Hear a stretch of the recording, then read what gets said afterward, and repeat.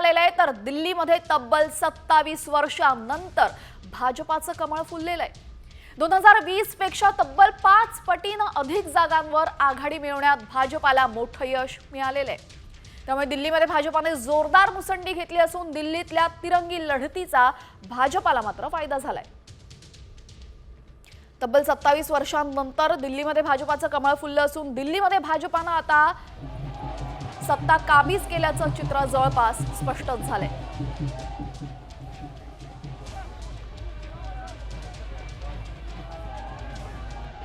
तर दिल्लीमध्ये आपला अर्थातच मोठा धक्का बसलेला आहे, कारण की माजी मुख्यमंत्री अरविंद केजरीवाल यांचा पराभव झालेला आहे। नवी दिल्ली विधानसभा मतदारसंघातून 3182 मतांनी केजरीवाल यांना पराभव स्वीकारावा लागलाय।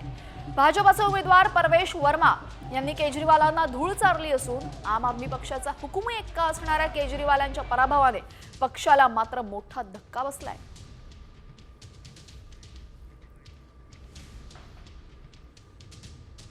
नई दिल्ली के मतदाताओं का धन्यवाद करता हूं। मैं लाखों कार्यकर्ताओं का जिन्होंने जी जान मेहनत करी है उनका धन्यवाद करता हूं। पहली प्राथमिकता में यहाँ की महिलाओं को 2500 रुपये का हमने वायदा किया है। हमने सारे करप्शन के ऊपर में SIT का गठन करने की बात करी थी। हमने यमुना रिवर फ्रंट बनाने की बात करी थी। दिल्ली में पॉल्यूशन कम करने की बात करी थी। दिल्ली में ट्रैफिक कंजेशन कम करने की बात की थी। सारी की सारी दिल्ली को अच्छा सुंदर बनाना, दिल्ली को अच्छी राजधानी बनाना, जैसे दुनिया में राजधानी होती हैं वैसा बनाना कि दिल्ली वालों को ऐसी राजधानी पे गर्व हो, ऐसी राजधानी मिलके बनाएंगे। तो सारी हमारी प्राथमिकता है। ये जब 11 साल झूठ से कोई सरकार चलाएगा, जब लोगों को फुसलाएगा, उनकी बातें नहीं सुनेगा, तब लोग उसको एक बार मौका और दे सकते हैं। दूसरी बार मौका देना, ये गलती दिल्ली वाली नहीं करेंगे और उन्होंने नहीं करी है। हमारी जो बहुमत से सरकार बनी है वो बहुत एक्सपेक्टेड थी। मैं सभी का धन्यवाद करना चाहूँगी, सभी नई दिल्ली वासियों का धन्यवाद करना चाहूँगी। हाँ जी, आप सबका आशीर्वाद, आप सबका प्यार, आज पापा जो जीत रहे हैं वो आप सबके समर्थन के साथ जीत रहे हैं और एक बार फिर आप सबका बहुत बहुत धन्यवाद। तर दिल्लीमध्ये आपला मोठा धक्का बसलेला आहे आणि आपचे दुसरे प्रमुख नेते माजी उपमुख्यमंत्री मनीष सिसोदिया यांनाही पराभवाचा धक्का सहन करावा लागलाय। जंगपुरा मतदारसंघामधून मनीष सिसोदियांना 650 मतांनी पराभव स्वीकारावा लागला असून अरविंद केजरीवाल यांचे खास म्हणून मनीष सिसोदिया यांची ओळख आहे। त्यामुळे सिसोदियांचा पराभव हा मोठा धक्का आपला मानला जातोय।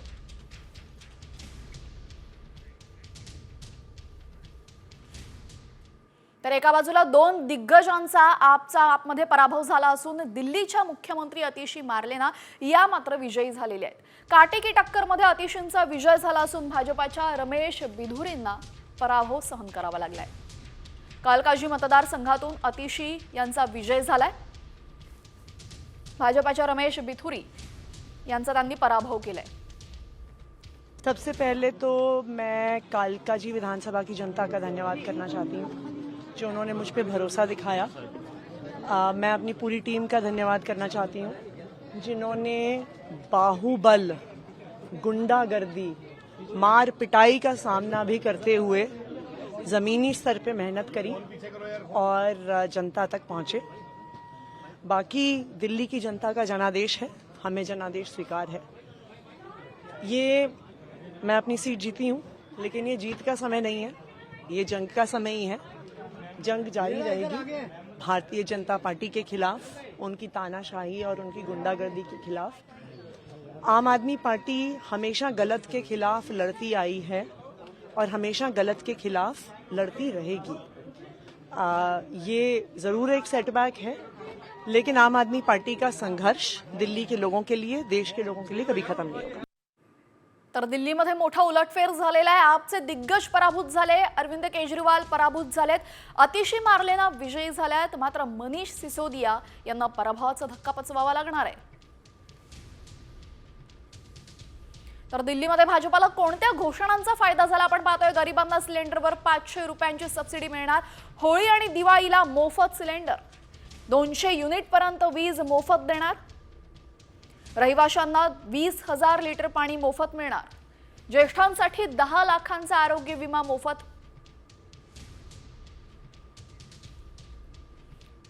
दरम्यान भाजपाच्या विजयानंतर पंतप्रधान नरेंद्र मोदी यांनी ट्विट करून जनतेचे आभार मानले. या ऐतिहासिक जनादेशासाठी मी दिल्लीतील माझ्या प्रिय बांधवांना नमन करतो. आम्ही दिल्लीचा विकास करण्यात, लोकांचे एकूण जीवनमान उंचावण्यामध्ये नक्कीच यशस्वी ठरू आणि विकसित भारताच्या उभारणीमध्ये दिल्लीची प्रमुख भूमिका आहे हे सुनिश्चित करण्यासाठी आम्ही कोणतीही कसर सोडणार नाही, असं पंतप्रधान नरेंद्र मोदी यांनी म्हटलेलं आहे.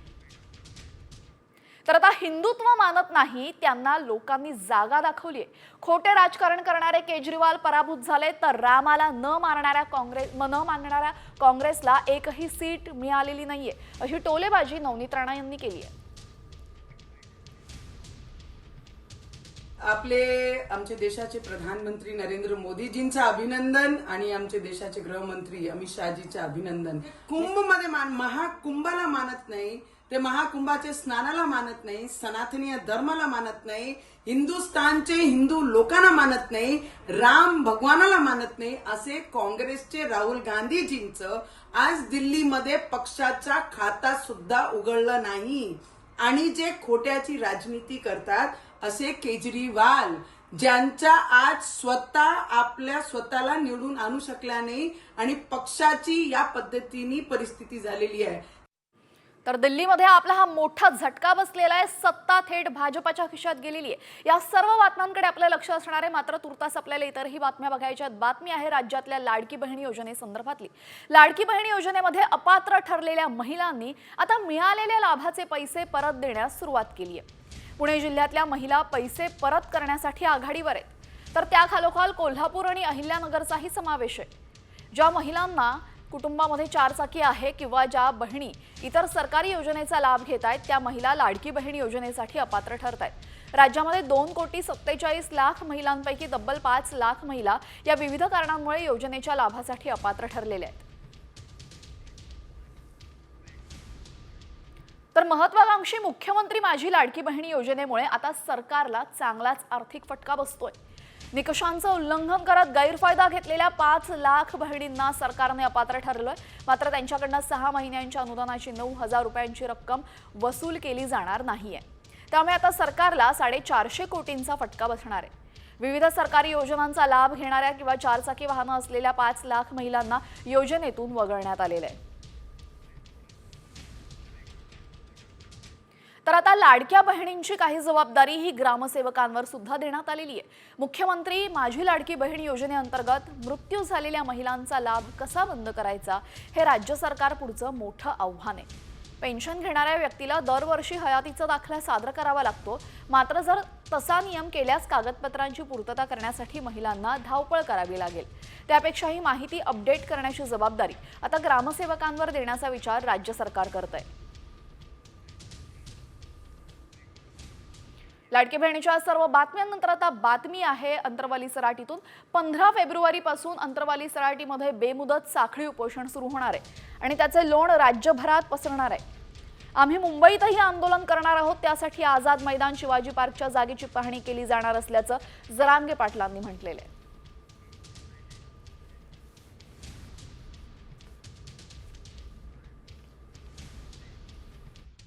इथं 15 तारखेपासून साखळी उपोषण आता बेमुदत सुरू होत आहे. पुढे पुढे टप्प्याटप्प्यात हे राज्यभर वाढवलं जाणार आहे. आता प्रत्येक गावागावात वाढवलं जाणार आहे टप्प्यानुसार, टप्प्याटप्प्यानं आम्ही आझाद मैदानलाही पाहणीला जाणार आहे. तारीख लवकरच सांगतो आम्ही, कारण यांनी भयंकर फसवणूक केली. मुख्यमंत्र्यांशी, दोन्ही उपमुख्यमंत्र्यांशी किंवा सरकारशी डायलॉग ठेवला पाहिजे, सरकारशी बोललं पाहिजे आणि त्यांना जी काय आश्वासनं दिलेली होती, परवाच्या सुरेश धस तिथे गेले होते, ती नक्की शासन पूर्ण करेल. परंतु ज्या पद्धतीनं ओबीसी मधनं आरक्षण पाहिजे ही जी काय भूमिका आहे, याच्यामध्ये आमची भूमिका स्पष्ट आहे की ओबीसीवर कुठच्याही पद्धतीचा अन्याय होणार नाही, ही महायुती सरकारची भूमिका आहे. बातमी आहे एसटी महामंडळासंदर्भातली. एसटी महामंडळाच्या शिवनेरी बसमध्ये आता सुंदरी अवतरण्याची शक्यता मावळलेली आहे. एसटीचे माजी अध्यक्ष भरत गोगावले यांनी ई शिवनेरी बसमध्ये शिवनेरी सुंदरी नियुक्ती करण्याची घोषणा केली होती. मात्र नवनियुक्त परिवहन मंत्री प्रताप सरनाईक यांनी शिवनेरी सुंदरीच्या नियुक्तीला स्पष्ट नकार दिलाय. त्यापेक्षा एसटी प्रवाशांसाठी सुविधा वाढवण्यावर आम्ही भर देणार असल्याचं सरनाईकांनी स्पष्ट केलंय.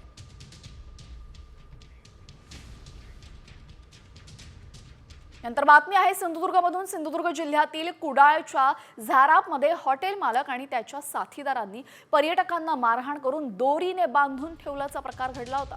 या घटनेचा व्हिडिओ आता समोर आला असून या प्रकरणी सिंधुदुर्ग पोलिसांनी स्वतःहून गुन्हा दाखल करून घेतलाय। पर्यटकांसोबत असा प्रकार घडू नये म्हणून पोलिसांनी आता सुमोटो दाखल करून घेतलाय। चहात माशी पडल्याचं पर्यटकाने हॉटेल मालकाला सांगितलं आणि त्यानंतर 2 पर्यटकांना बेदम मारहाण करण्यात आली होती।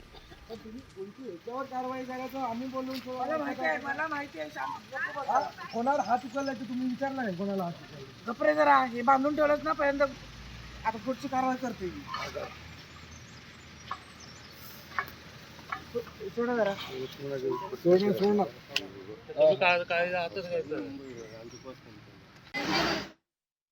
पोलीस खात्याची आमची पत्रकार परिषद झालेली आहे। पोलिसांनी अतिशय कडक भूमिका आमच्या सिंधुदुर्ग पोलिसांनी घेतलेली आहे, त्याबद्दल त्यांनी स्वतः तुम्हाला माहिती दिलेली आहे। त्याचबरोबर आज फूड अँड सप्लाय संबंधितच्या अधिकाऱ्यांशी मी स्वतः बोललेलो आहे। मालकांनी परवानगी कुठल्या दुसऱ्या नावाने घेतलेली आहे हॉटेलची, पण फलक कुठल्या तिसरंच नाव लावलेलं आहे। तर अशा काही हेराफेरी करणारे लोकांचे हॉटेल आपल्या जिल्ह्यामध्ये असू नये अशी भूमिकेचे आम्ही सगळेजण आहोत आणि आमचा जिल्हा हा पर्यटक जिल्हा आहे। अशा पद्धतीने पर्यटकाला अगर मारहाण होत असेल तर उद्या आमच्या जिल्ह्याच्या प्रतिमेवर फटका बसू शकतो, हे आम्ही व्हायला देणार नाही। छत्रपती संभाजीनगर जिल्ह्यातील कन्नड तालुक्यातील एका अपंग शेतकऱ्याने कर्जमाफीसाठी आत्महत्या केल्यामुळे बच्चू कडू आता आक्रमक झालेत। जिल्हाधिकारी कार्यालयासमोर प्रहारचं आंदोलन सुरू असल्याचं आपण पाहतोय। छत्रपती संभाजीनगरची दृश्य आहेत। बच्चू कडू यांचं ठिय्या आंदोलन पाहायला मिळते। कर्जमाफीसाठी एका अपंग शेतकऱ्यानं आत्महत्या केली आहे।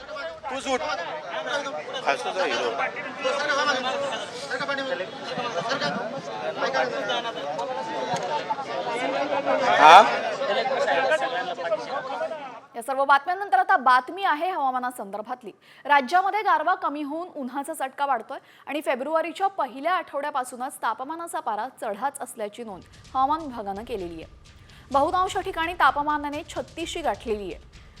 राज्यामध्ये बहुतांश ठिकाणी किमान आणि कमाल तापमान वाढलं असून मध्य महाराष्ट्र आणि मराठवाड्यामध्ये उष्णतेचा चांगलाच चटका जाणवू लागलाय।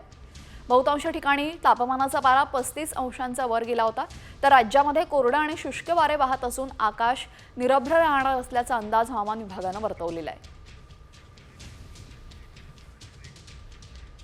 बातमी पंढरपुरातून माघे एकादशी निमित्त पंढरपुरात विठ्ठल रुक्मिणीची नित्यपूजा संपन्न झाली।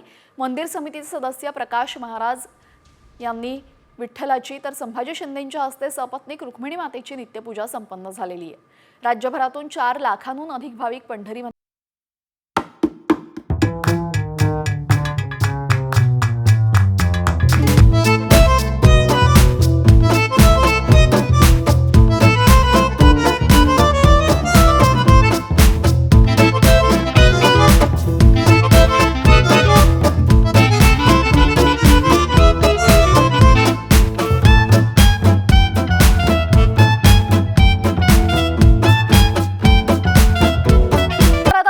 राजकीय बातम्यांचा घेऊयात सुपरफास्ट आढावा। दिल्लीचे मुख्यमंत्री अरविंद केजरीवाल यांचा पराभव झालाय। नवी दिल्ली विधानसभा मतदारसंघातून 1400 मतांनी केजरीवाल यांना पराभव स्वीकारावा लागलाय। परवेश वर्मा यांनी केजरीवाल यांना निवडणुकीमध्ये धूळ चारली आहे। आपचे नेते आणि माजी उपमुख्यमंत्री मनीष सिसोदिया यांचाही पराभव झालाय। जंगापुरा मतदारसंघातून मनीष सिसोदिया यांनी 650 मतांनी त्यांना पराभव स्वीकारावा लागलाय। अरविंद केजरीवाल यांचे खास म्हणून मनीष सिसोदिया यांची ओळख आहे, त्यामुळे सिसोदियांचा पराभव हा मोठा धक्का मानला जातोय। दिल्ली विधानसभेच्या निकालाचे कौल समोर आल्यानंतर दिल्लीमध्ये भाजपाचा जल्लोष पाहायला मिळतोय। पंतप्रधान नरेंद्र मोदी यांच्या उपस्थितीत सुद्धा जल्लोष होणार आहे। त्यानंतर सायंकाळी 7:30 वाजता मोदी कार्यकर्त्यांना संबोधित करणार आहेत।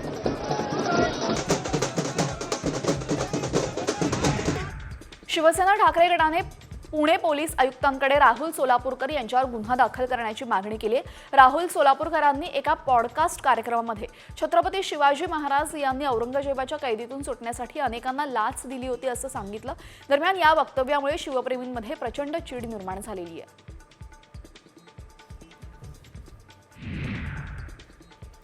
नाशिकच्या येवल्यामध्ये भाजप कार्यकर्त्यांकडून जल्लोष करण्यात आलेला आहे। दिल्लीमध्ये भाजपची सत्ता आल्याने वाद्याच्या गजरामध्ये उत्साहात साजरा करण्यात आलेला आहे।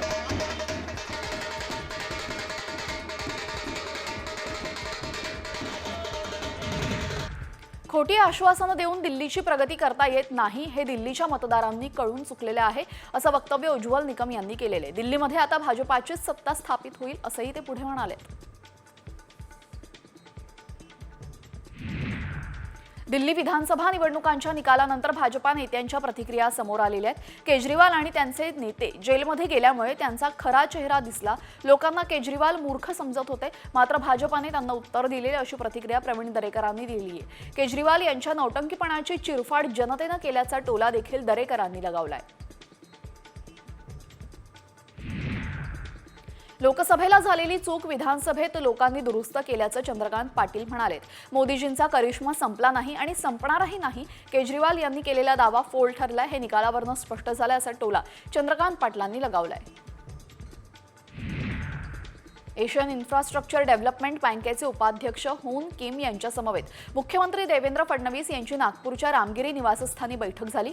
कृषी उत्पादन वाढ आणि दमणगंगा एकदरे गोदावरी नदीजोड प्रकल्प, नार पार गिरणा नदीजोड प्रकल्प, तापी रिचार्ज योजनेबाबत बैठकीमध्ये सकारात्मक चर्चा झाल्याची माहिती मिळते.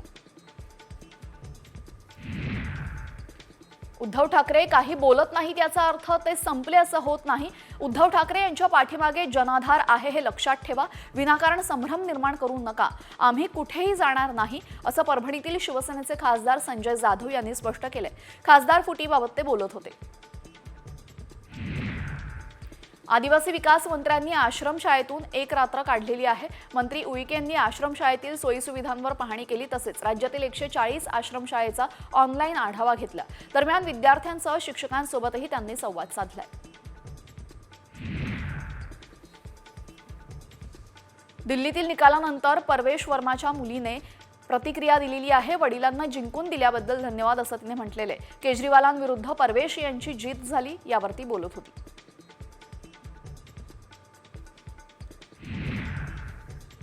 शाळकरी विद्यार्थ्यांच्या वाहनाला पिकअप जीपने धडक दिलेली आहे. नांदेडच्या अर्धापुरा ते तामसा रस्त्यावर हा अपघात झाला. अपघातामध्ये 12 विद्यार्थी जखमी झाले असून रुग्णालयामध्ये उपचारासाठी त्यांना दाखल करण्यात आलेलं आहे.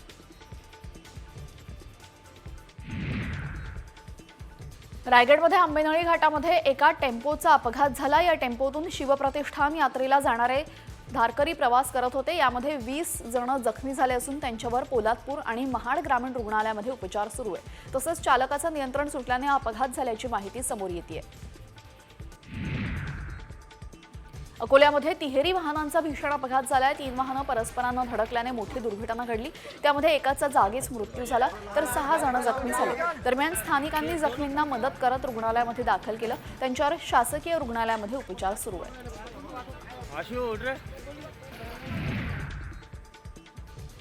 पिंपरी चिंचवड पालिकेने चिखली आणि उदयवाडी परिसरामध्ये 5,000 अनधिकृत बांधकामांविरोधात कारवाई सुरू केलेली आहे. या पार्श्वभूमीवर परिसरामध्ये मोठा चोख पोलीस बंदोबस्त लावण्यात आलेला आहे. मात्र या ठिकाणी कारवाई होत असल्याने व्यवसाय करणारे आणि व्यापारी कामावर मोठा संकट कोसळलेले आहे.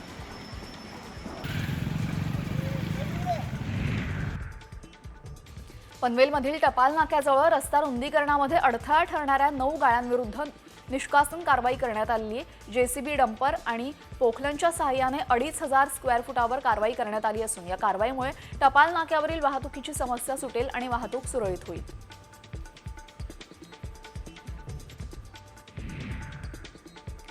शिर्डीमध्ये एकाच रात्री 2 ठिकाणी घरफोडी झालेली आहे. चोर पळतानाचं दृश्य सीसीटीव्हीत कैद झालेलं आहे. या घटनेमुळे पोलिसांच्या कार्यक्षमतेवर प्रश्नचिन्ह उपस्थित होत आहे.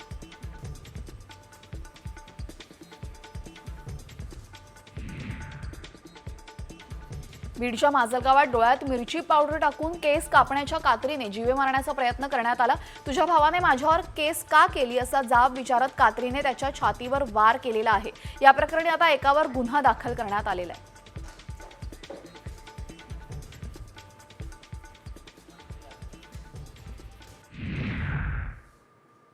यानंतर आता बातमी आहे एका व्हायरल मेसेज संदर्भातली. तिने बॉलिवूड इंडस्ट्री गाजवली, लाखो चाहत्यांचं प्रेम मिळवलं, ती मिस इंडियाही झाली आणि राष्ट्रपती पुरस्कारही मिळाला. मात्र तिने आता सिने इंडस्ट्री सोडून संन्यास घेण्याचा निर्णय घेतलाय. अशी कोण आहे ती अभिनेत्री? तिला साध्वी बनायचंय? पाहूयात या स्पेशल रिपोर्टमध्ये. मिस इंडिया घेणार संन्यास. सनातन धर्माच्या प्रसारासाठी बनली श्रीलक्ष्मी.